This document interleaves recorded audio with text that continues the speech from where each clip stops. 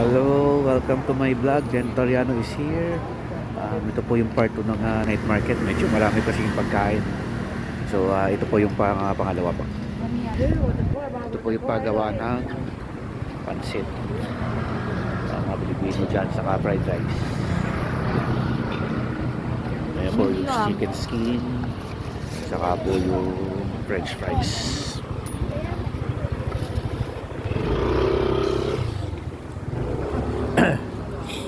Sulitin na natin, nandito na tayo eh. Ano pa tayo makapakita foods dito sa night market. Ayan po, mga pagkain o street foods kung tawagin.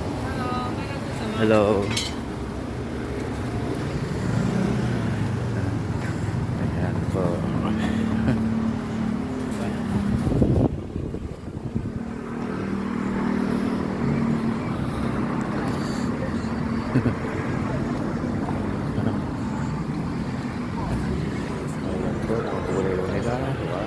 Sariwa pa, kamatis. Tapos ito po yung lotohan nila, tawagin sa atin, Lotto Outlet. Yan po.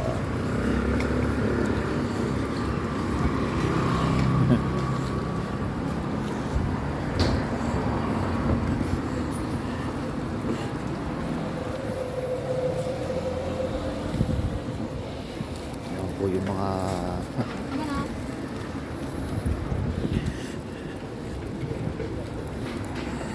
ito, masarap din to.